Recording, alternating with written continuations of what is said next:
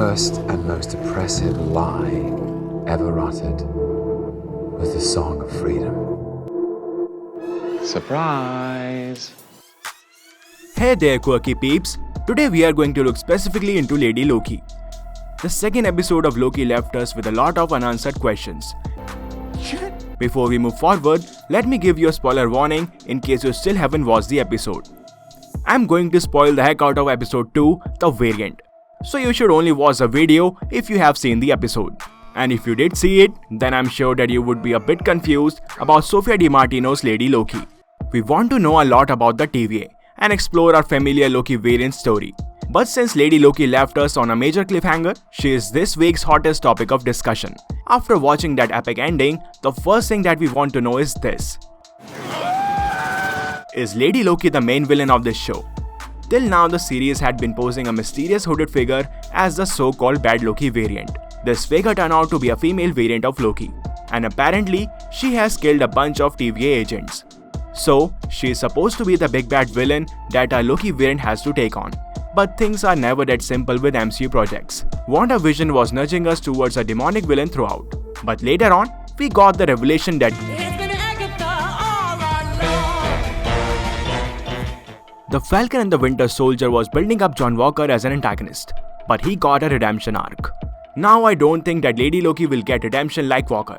But I also don't think that she is the main villain either.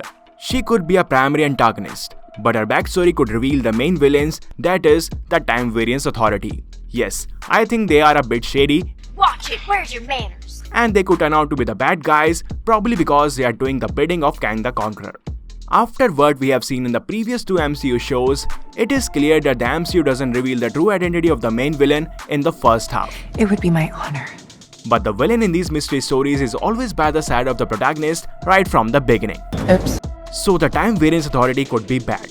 But I'm not saying the likes of Mobius or even Hunter B-15 are bad. They could have been misled. There is a chance that most of the TVA agents don't even know that they have been fighting for the wrong side. 3 magic lizards, Timekeepers, created the TVA. And Lady Loki could expose their lie by teaming up with variant L1130. This is just speculation for now. So let's see what happens in the coming episodes. Okay, next up we wanna know where Lady Loki came from. Mobius revealed that the TVA has pruned a lot of Loki variants. But how did this Lady Loki variant go undetected until now? I know that she has been hiding in the apocalypses. But regular people aren't supposed to know about the TVA until they do something that creates a branch in the sacred timeline. So Lady Loki could have only found out about the TVA if she was apprehended at some point. And if she was indeed arrested even for a short while, then the TVA should have had a file on her. But they clearly did not. They didn't even know that this variant of a Loki was a female. So where did she come from? If there is just one sacred timeline in the multiverse, then variants like Lady Loki, Hulk Loki, and even the Tour de France winning Loki shouldn't have existed. The TV has shown that they don't have a lot of time to clip a branch before it crosses a red line.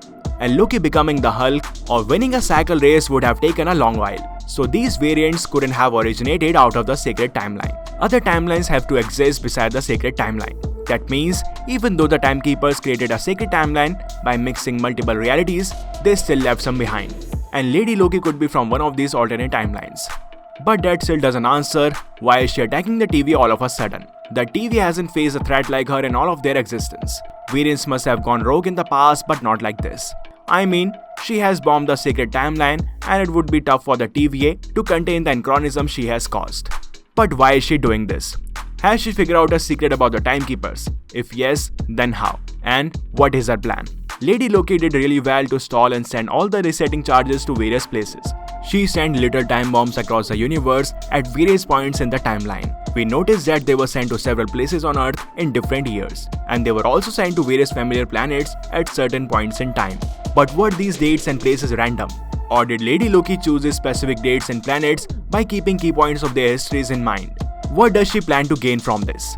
Does she want to separate the timelines that the Timekeepers intertwined all those years back? Does she want to cause multiversal chaos, or rather, a multiverse of madness?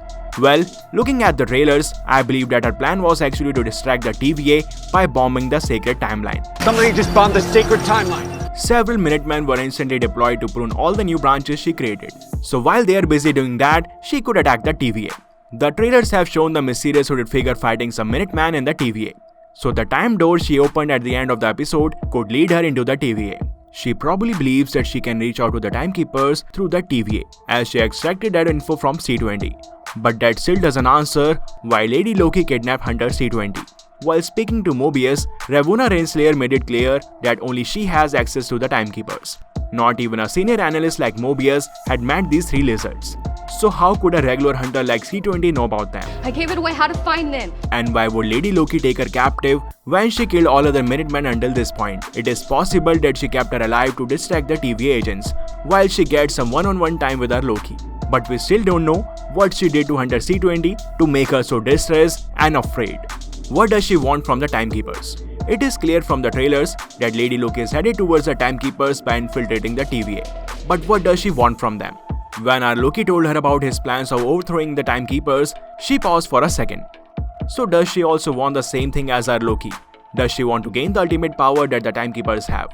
She could have the same God King ambition as our variant L1130, but I don't really think so. It is never that simple with Marvel these days.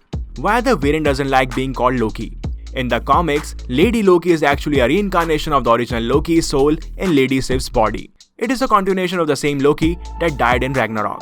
But here, things seems to be different. This supposed Lady Loki is an entirely different person. And by looking at her hair and behavior, it's quite clear that she was much different than the MCU's Loki and the Lady Loki of the comics. In fact, she was disgusted when Loki called her a version of himself. Loki, don't call me that. She asked him not to call her by his own name. If she is a Loki variant, then she seems to be a much more evolved form of Loki. She has actually gone past the God King ambition that drove Loki. In fact, we have possibly come across a hint which suggests that she may not be a Lady Loki at all. One of the foreign credits of episode 2 listed this variant as Sylvie. Now Sylvie is actually the name of a character who lived in New York and was given her powers by Loki himself. She was inspired by Amora the Enchantress in the comics, so she used various enchantments on her opponents. So she could be an alternate version of Sylvie who was probably inspired by Loki's ways in her early days. After all, Loki did refer to her possessing ability as an enchantment. But I guess we will have to wait and see about that. Did she try to retrieve the Soul Stone? One of the resetting charges that Lady Loki sent ended up at Vormir in the year 2301. Now this is almost 300 years in the future after Thanos wiped the Soul Stone. So we could believe that she chose it as a random destination. But looking at this shot from the trailer, this purple setup does make it seem that she is on Vormir. The lighting seems similar to how it was when Black Widow or Thanos visited the planet.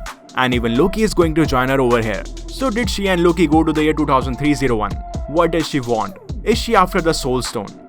But if this is the sacred timeline, then shouldn't the Soul Stone exist only as an atom after Endgame? I guess the Soul Stone may not be the answer here, as she could actually pick up multiple Infinity Stones when she enters the TVA. So the answer could be something else. And I cannot wait for episode 3 to answer all these questions. What do you think about these Lady Loki queries? I would like to see you guys answer them in the comment section. Okay, that's all for now. If you liked the video, then hit the subscribe button, the like button, and all sorts of positive feedback buttons. And don't forget to check out some more fun videos on our channel. Thank you, and I'll see you in the next one.